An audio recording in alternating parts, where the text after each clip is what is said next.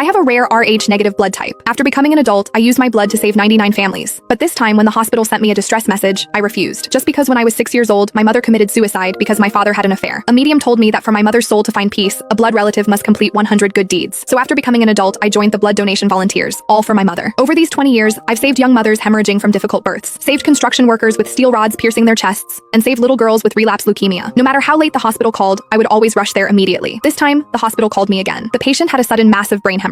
In this city, I was the only one who could provide Rh-negative blood. I looked at the patient information the hospital sent to my phone. Even though we hadn't seen each other in years, I still recognized the familiar features in the photo. My chest felt suffocated and painful. I suddenly remembered the image of my mother dying with her eyes open. Taking a breath, I pressed reply to the message. Find someone else, I'm not feeling well. Less than half a minute after I sent the message, my phone rang. The caller ID showed it was the director of the blood department at City Central Hospital. I pressed the answer button and put it on speakerphone. Miss Antoine, please, I'm begging you. The patient really can't wait. The director's voice on the other end was extremely anxious. That child is only 6 years old. The brain hemorrhage is very serious. Surgery must be performed within 8 hours. We've checked all the blood banks in the city. Only your Rh-negative blood can save a life. I stared at my mother's photo on the table. My tone was calm, without any emotion. Director, I told you I'm not feeling well. If you're not feeling well, we can send a private car to pick you up. We can give you a comprehensive examination first. Miss Antoine, this is a human life. You're the most caring volunteer in our state. You can't just watch someone die. I laughed coldly. Being a volunteer means I have the right to refuse at any time. I don't owe you anything, and I certainly don't owe that child anything. After saying this, I hung up directly and pressed the power button. The room instantly became quiet. I looked at my mother's gentle face in the photo, my fingers clenched tightly into fists. Just one more good deed, and my mother could find peace. But this 100th good deed, I would absolutely never do for my enemy's son. But I was thinking too simply. Less than 10 minutes later, my backup work phone suddenly lit up. Only a few important clients and the community manager knew this phone number. I looked at the unknown number on the screen and pressed answer. Is this Miss Antoine? The male voice on the other end was extremely anxious and accusatory. I'm a reporter from the state TV station. The entire internet is looking for you right now. The 6-year-old boy with brain hemorrhage at City Central Hospital. Why won't you save him? Do you know your behavior is equivalent to murder? I gripped my phone tightly, my eyes completely cold. Murder? By your logic, that child's biological parents murdered someone 20 years ago. Why don't you investigate that? I hung up directly and blocked the number. I opened my tablet next to me and clicked on the local news live stream. On the screen was the scene outside the emergency room at City Central Hospital. A well-dressed woman was kneeling on the floor outside the emergency room door, crying hysterically. Please everyone, help me. Help me find that volunteer. As long as she's willing to donate blood to save my son, I'll kowtow to her. I stared at that face on the screen. Even if she turned to ash, I would recognize her. Garcia. In the footage, a middle-aged man in a suit walked into frame. He bent down to help Garcia up, facing the reporter's camera with a face full of indignation. I don't understand what this volunteer is thinking. The hospital said she's donated blood for free 99 times, so why won't she save my son? If it's about money, I can give her 1 million, 10 million. Gabriel spoke through gritted teeth to the camera. A 6-year-old child is lying inside waiting for his life to be saved. How can she be so selfish? I hope all the netizens can help me find this person. I want to ask her to her face if her conscience has been eaten by dogs. The comments in the live stream instantly exploded. This volunteer is disgusting. The 99 times must be fake data. When it comes to the real thing, she shrinks back. Dox her. Force her to donate blood. Right. We can't let this cold-blooded animal get away with this. I watched the screen full of vicious cursing, a cold smile appearing at the corner of my mouth. I'm selfish? I'm cold-blooded?